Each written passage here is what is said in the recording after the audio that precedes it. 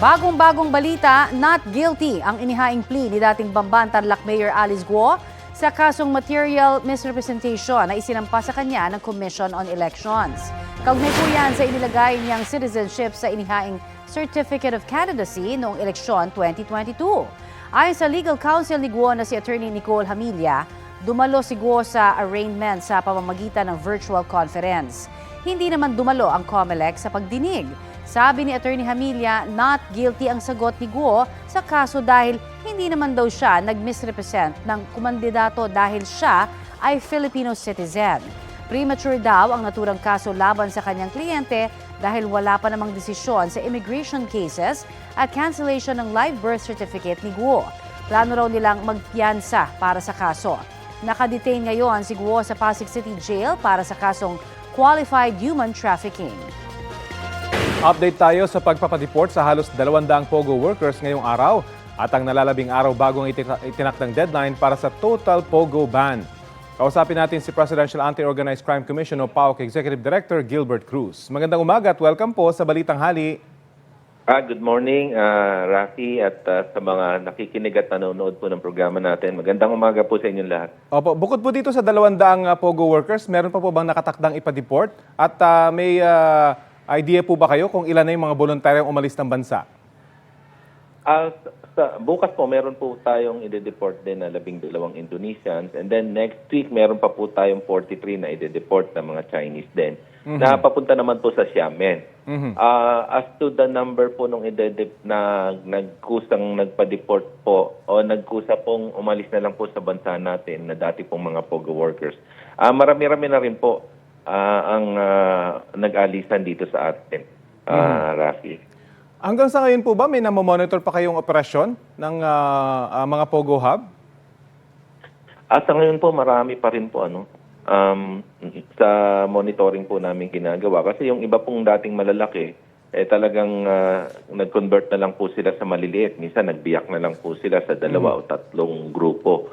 So, yun po yung mga minomonitor natin na karamihan naman po nandito pa rin sa Metro Manila at dito po sa mga karatig na probinsya natin.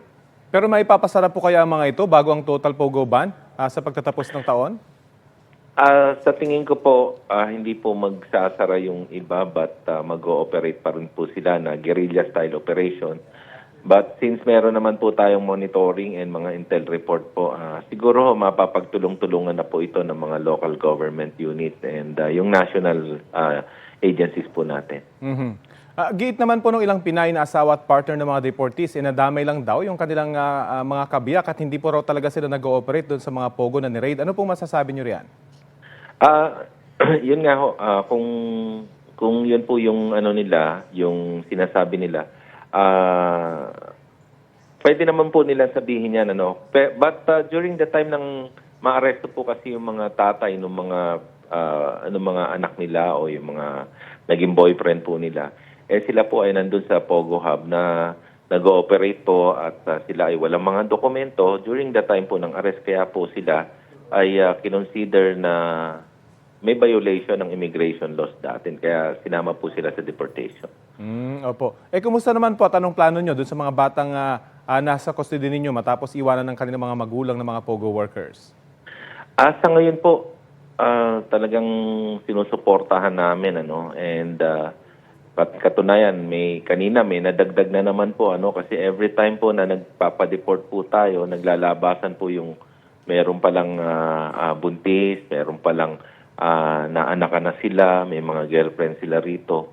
So yun naglalabasan, kanina may lumabas na naman po. So yung dating 15 po, baka madagdagan na rin po yung tinutulungan namin na 15 na nauna. Paano? Hanggang kailan nyo tutulungan itong mga batang ito?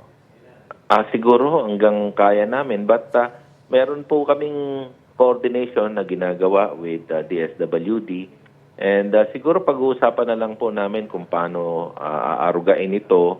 Hindi naman kasi pwedeng pabayaan natin ito dahil ayaw naman po nating lumabas na pinabayaan na lang po natin yung ganitong problema. Okay, sige po. Maraming salamat po sa oras na ibinahagi niyo po sa Balitang Hali. Thank you rin po at magandang umaga po ulit. Salamat po si PAOC Executive Director Yusek Gilbert Cruz. Nasaksihan ng ilang taga-Tagum City sa Davao del Norte ang ilang misteryosong liwanag sa kalangitan. Ayon sa ilang residente, namataan yan pasado 1:00 ng madaling araw kahapon na tumagal ng ilang minuto. Nakita rin yan sa Agusan del Norte. Akala ng mga residente, meteor shower yan o bulalakaw. Pero ayon sa Philippine Space Agency, hindi yan meteor shower o anumang astronomical origin. Kalitulad daw yan ng mga naitala na noon na space debris re-entry events na galing sa mga defunct rocket stages o satellites na bumalik mula sa outer space. Paalala ng PhilSA, huwag lalapitan ang space debris kung bumagsak ito sa lupa at alertuhin ang mga otoridad. Arestado ang isang mag-live-in partner sa Cagayan de Oro City dahil sa pagbebenta umano ng iligal na droga. Sa isinagawang bypass ng mga otoridad sa Barangay Bulwa, nahuli ang mga sospek sa kanilang inuupahang bahay. Nakuha sa kanila ang mahigit 1 kilo ng umano'y shabu na nagkakahalaga ng mahigit 6.8 million pesos. Ayon sa mga pulis, may mga kasabwat pa ang dalawa sa pagbebenta ng iligal na droga. Reklamong paglabag sa Comprehensive Dangerous Drugs Act ang kakaharapin ng mga sospek na hindi nagbigay ng pahayag. Bukod sa ibinilita namin kahapon na pag-water cannon at pagbangga ng China Coast Guard sa barko ng BIFAR malapit sa Bajo de Masinloc, may 2 pang barko ng BIFAR ang binanggari ng CCG sa Escoda Shoal naman. Ang panibagong mga insidente ng harassment ikinababahala raw ng Amerika, European Union at iba pang bansa. Balitang hatid ni Chino Gaston. 10 meters!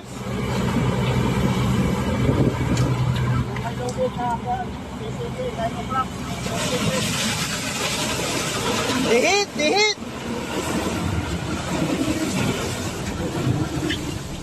Panibagong insidente ng pang-water cannon ng China Coast Guard sa barko ng Pilipinas malapit sa Bajo de Masinloc sa West Philippine Sea.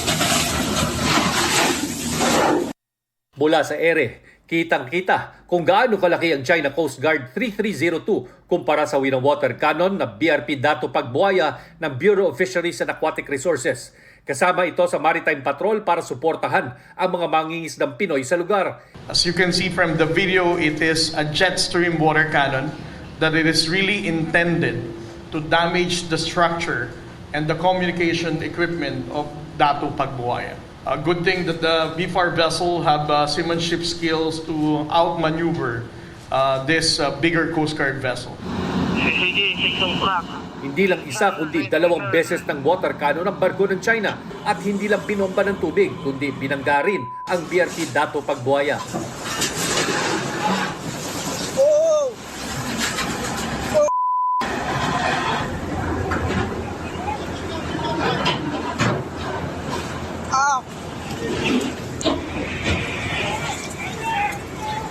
Dihit! Dihit! Dihit! Dihit! Ang pag-uumpuga ng 2 barko, mala David and Gulayat. Ayon pa sa Philippine Coast Guard, 2 barko ng China ang nangharang ng buntot at nagsagawa ng dangerous maneuvers sa kanilang mga barko.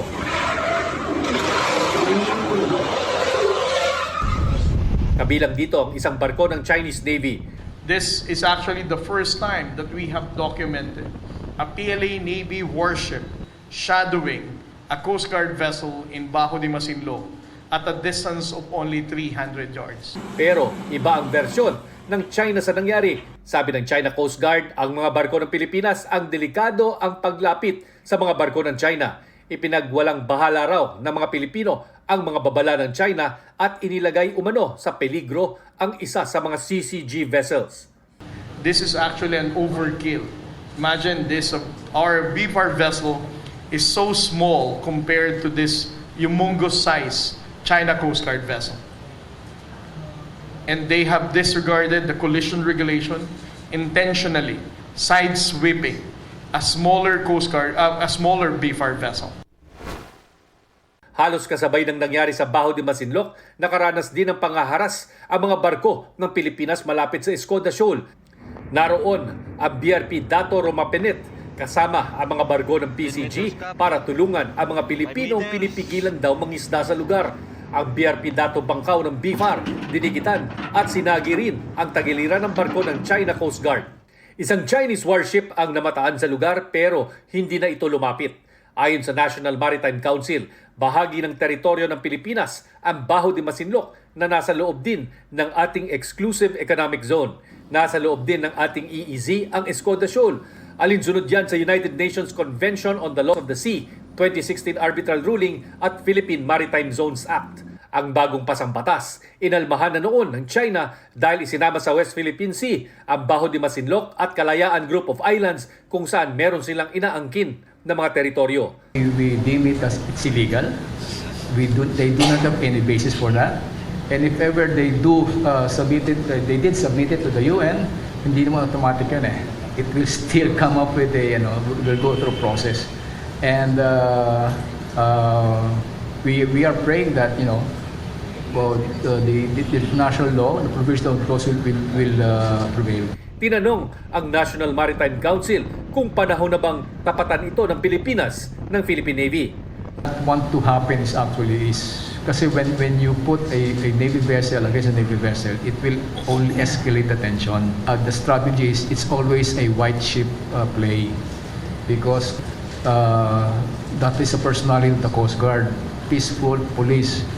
But the Navy is on the defense side, so pag tinapat mo ang gray sa gray, it can escalate the situation. Chino Gaston nagbabalita para sa GMA Integrated News.